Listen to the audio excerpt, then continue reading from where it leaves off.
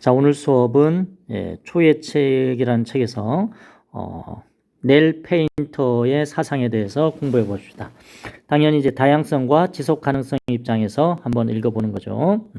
자, 오늘의 수업을 통해서 여러분은 넬 페인터의 핵심 사상을 이해할 수 있고, 다양성과 지속 가능성의 입장에서 창의적으로 해석해보며 각자 여러분의 진로 입장에서 요 넬 페인터에서 얘기하는 핵심적인 개념 분극화, 다음에 여성 혐오 현상을 해결할 수 있는 방안을 마련해 볼 수 있다, 이렇게 했습니다. 정해봤어요. 자, 그러면 넬 페인터, 미국 사람인데요. 프린스턴대 이제 명예교수입니다. 여자입니다. 인종 관련 책을 많이 썼어요. 그래서 대표적인 책 제목이 인종차별을 둘러싼 남부 역사, 뭔가 느낌이 오죠. 다음에 이제 백인의 역사, 요 책 저자입니다. 여기서 요 책이 이제 인종차별을 둘러싼 남부 역사, Southern History Across the Color Line, 이렇게 되어 있죠. 여기 저자 이름이 되어 있고요. 다음에 요 책이 The History of White People, 백인의 역사, 이렇게 되어 있습니다. 자, 이 초예책이라는 책에서 넬 페인터의 사상은 어떤 제목으로 소제봉이 붙여져 있냐면, 혐오와 갈등은 사회를 어떻게 분열시키는가. 자, 이 혐오는 이제 여기서 있는 여성 혐오를 얘기하는 거고요. 갈등은 이런 분극화 현상을 얘기합니다. 이것이 사회를 통합시키지 못하고 이제 분열시키고 있는데, 어떻게 지금 미국 사회를 분열시키고 있는가, 이렇게 질문을 던지고 있습니다. 이걸 통해서 우리는 우리나라에서 혐오와 갈등 문제를 해결할 수 있는 아이디어를 우리가 찾아야겠죠. 자, 그러면 다양성과 지속 가능성 입장에서 넬 페인터의 사상을 읽어봅시다.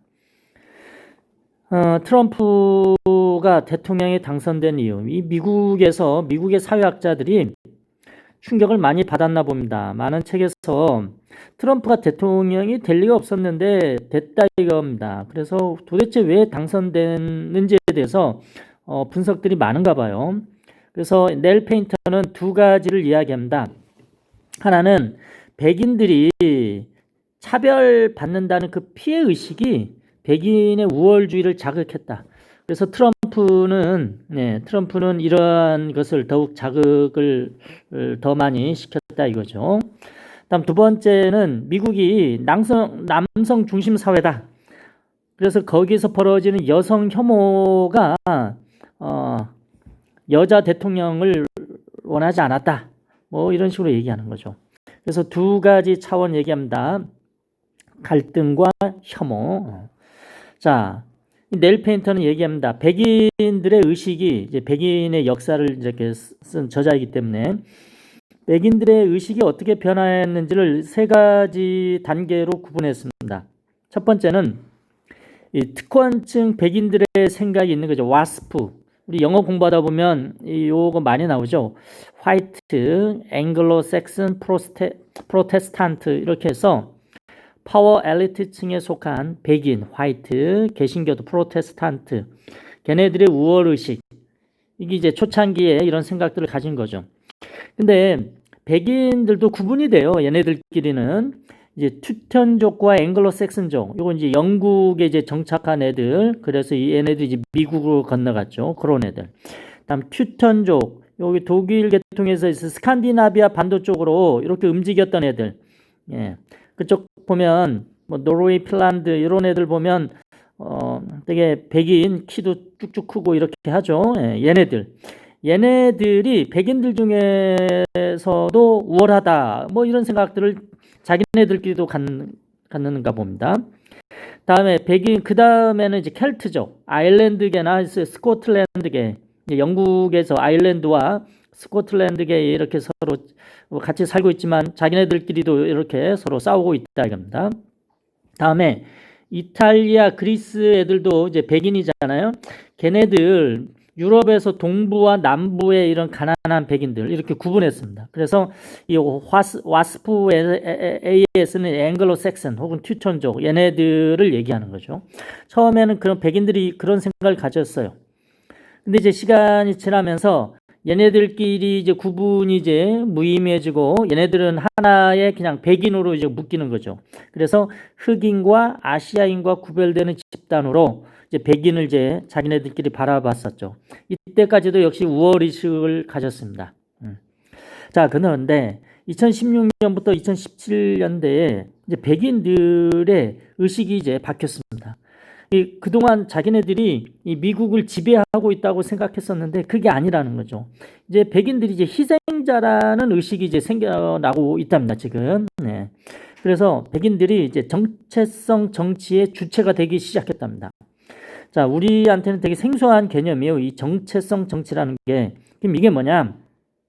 자, 정체성 정치라는 것은 젠더, 다음에 인종, 뭐 소수민족 뭐 이런 것들이죠.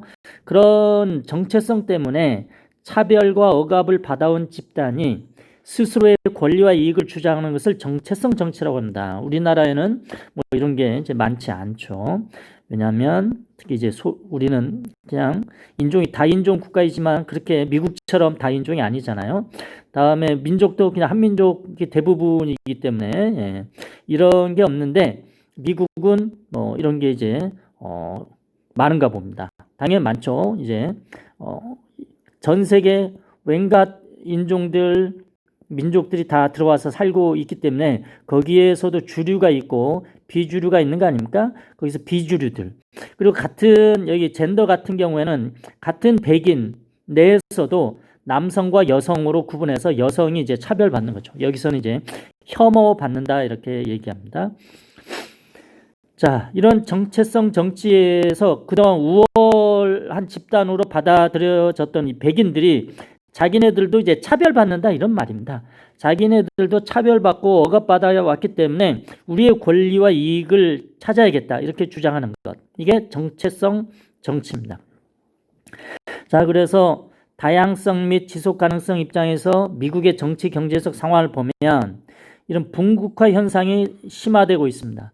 그래서 분국화라는 것은 극단인 거죠. 극단과 극단이 있어서 서로 갈등을 하는 거죠. 이렇게. 그래서 우리나라에도 보면 예, 뭐 보수 진보 이렇게 갈등하는 것처럼 미국에서도 각종 특히 이제 백인, 흑인 뭐 이런 식으로 이제 갈등이 심각해져 가는 거죠. 최근에 이제 미국에서 이제 예, 어느 흑인이 이제 경찰에 의해서 죽었죠. 그래서 이제 각종 이제 흑인 폭동들이 이제 많이 벌어지면서 미국 내 흑백 갈등 이런 분국화 현상이 되게 심화되고 있습니다. 자, 이런 것을 이 네일 페인터는 심각하게 바라보고 있습니다. 이게 지속 가능한 미국을 만드는데 이제 문제다. 그래서 이 문제를 해결해야 된다 이런 생각을 갖고 있습니다. 다음에 이제 여성 혐오 현상. 영어로는 미소진이라고 하는데요. 예, 미소라는 것은 hatred, 증오하는 겁니다. 그 어원을 갖고 있고 진이는 여자인데 약간 부정적인 느낌을 갖고 있는 단어예요. 예. 그래서 여자들에 대해서 혐오를 갖고 있는 것. 한 16세기, 17세기 뭐 이때부터 이제 요 단어가 이제 본격적으로 영어에서 이제 쓰였는데 이 여성 혐오 현상은 이미 고대 그리스 그때부터 있었던 거죠. 거기 이제 판도라는 최초의 이제 여자, 그 프로메테우스가 이제 신으로부터 이제 불을 몰래 갖고 오죠. 불을 갖고 와서 신이 빡 돌았죠. 이 자식들 신들이 사용하는 불을 어떻게 니들이 갖고 가냐. 그래서 우리 인간들을 벌하기 위해서 판도라 최초 여자를 만들어서 보내죠. 한번 고생해봐라.